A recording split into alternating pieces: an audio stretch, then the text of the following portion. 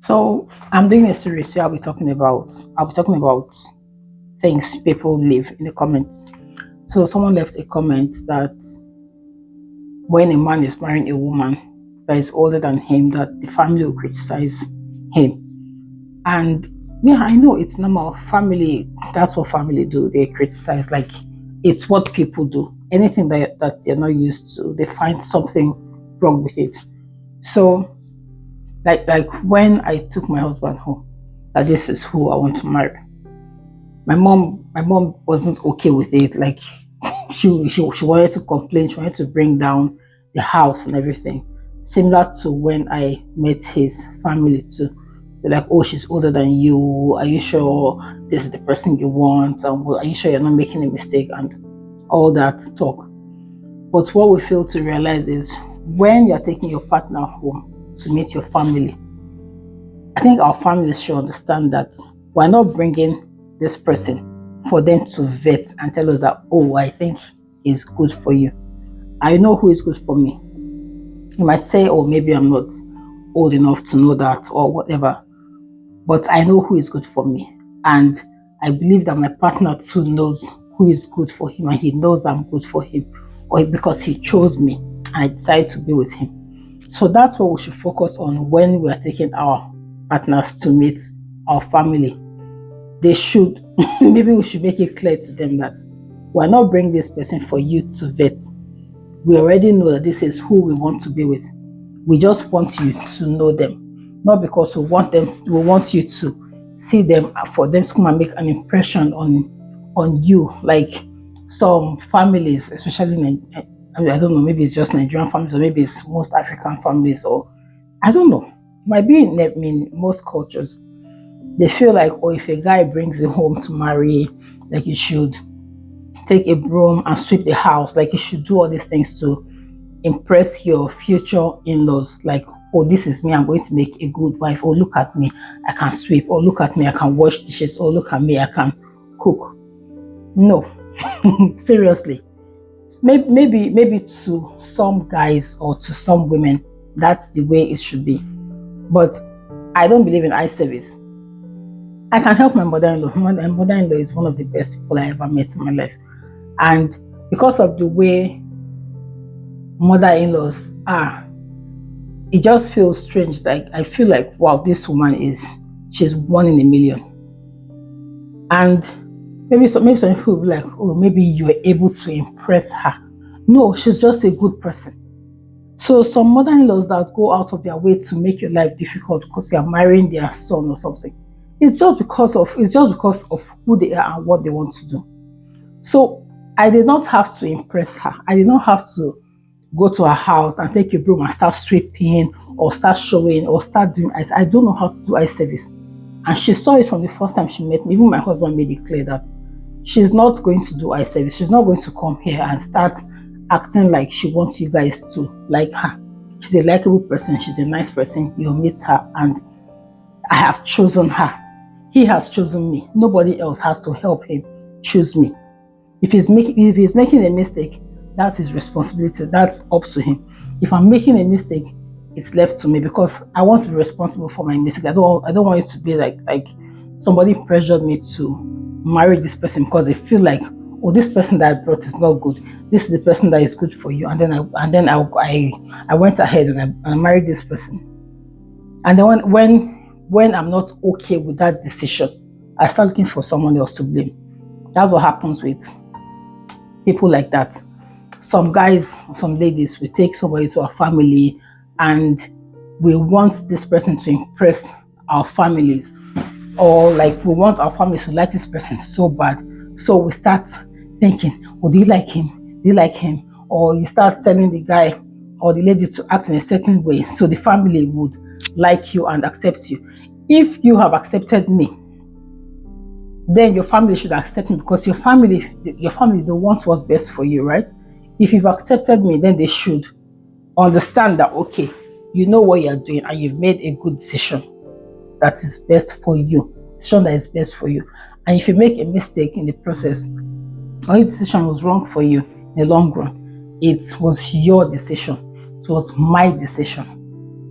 So I don't understand when some of us just be like, oh, they'll make the guy's life difficult, or they'll make the girl's life difficult because she's marrying their son, she's 5 years older than their son, or she's 1 year older than their son. You will even be shocked.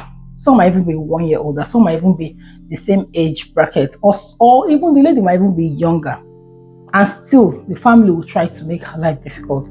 And because some guys, yes, I'm going to say it, some guys don't want to stand up to their families for their wives. They keep saying, oh, they'll make your life difficult, and maybe it's even your fault, or maybe it's the way you're acting, maybe it's called the way you're acting, the way you're behaving, or you're not bringing your head down. You're not bringing your head down, so my mother can show you how to do this, or so my mother can show you how to make this food the way I like it.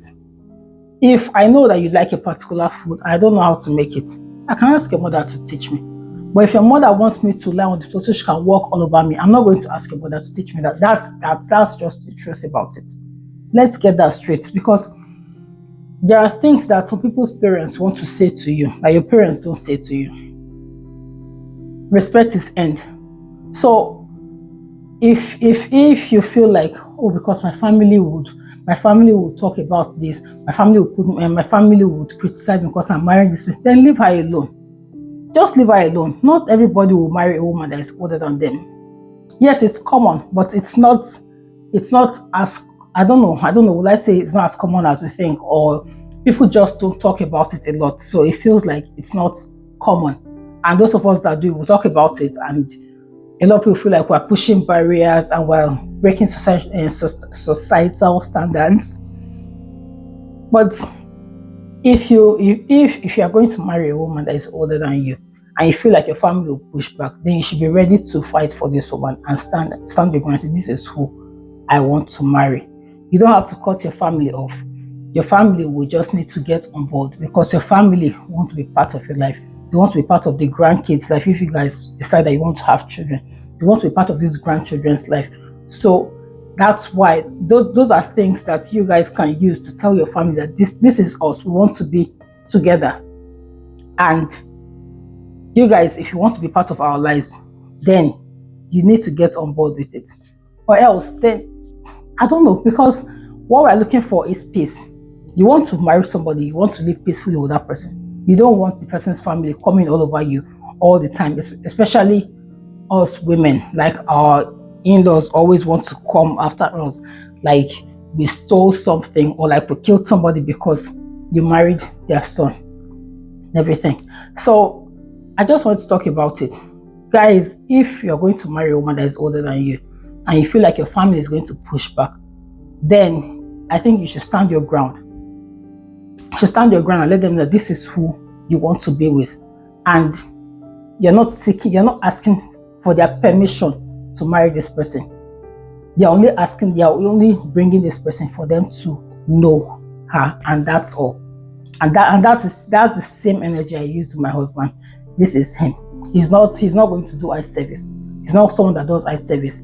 He's very quiet, so he's not someone that will just get to and start forming gist where there's no gist. Yeah, there's something to talk about, he will talk about it. But if there's nothing to talk about,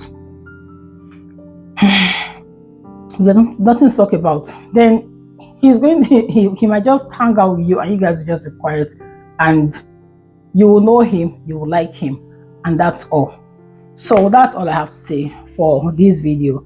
In-laws, we love you, but stop trying to make our lives difficult, especially for women. It's not okay. I even see videos of women talking about what they will do to their future daughter-in-laws. You love your son. Why are you planning to hurt your future daughter-in-law? You don't even know if your son will get married in the future. But you're already planning that if your son gets married in the future, this is what you're going to do. It doesn't make any sense. This is why the cycle continues. Some women even say, oh, I wish the person I'm going to marry, I wish that my mother-in-law will be gone, or my future mother-in-law will be dead, or I wish that I pray to marry a guy whose mother is dead. Like, that's very, very scary. Nobody wants to lose their parents. I'm sure a guy that loses his parents will be very, very mad that he lost his parents. And then you feel like, oh, this is something to be happy about, because now there won't be any mother-in-law to give me troubles, but it's because of experiences of other women with mother-in-laws. That's why some women will say these things. Still, it's not a good thought, but it's because of this cycle that continues. Because maybe my mother-in-law was wicked to me. Now I have to be like this to my daughter-in-law. It's crazy, and it just keeps going, and it doesn't help anybody. Of which, at the end of the day, it just makes your family unhappy, makes your son unhappy in his marriage, because you are giving his wife trouble. Anyway, that's all I have to say. I'm losing my breath here. Yeah, I didn't introduce myself at the beginning. I'm Bridget, and this is my channel. Thanks for watching this video. If you like it, and if you have any comments, let's discuss in the comment section. So I'll be answering to another comment in the next video, and I think we'll just keep going with that and having these conversations. I'm trying to get to 1,000 subscribers. I'm over 500 now, and I thank everybody who has subscribed so far. And please like and subscribe and share this video, and let me know your thoughts in the comments. Thanks for watching. Bye.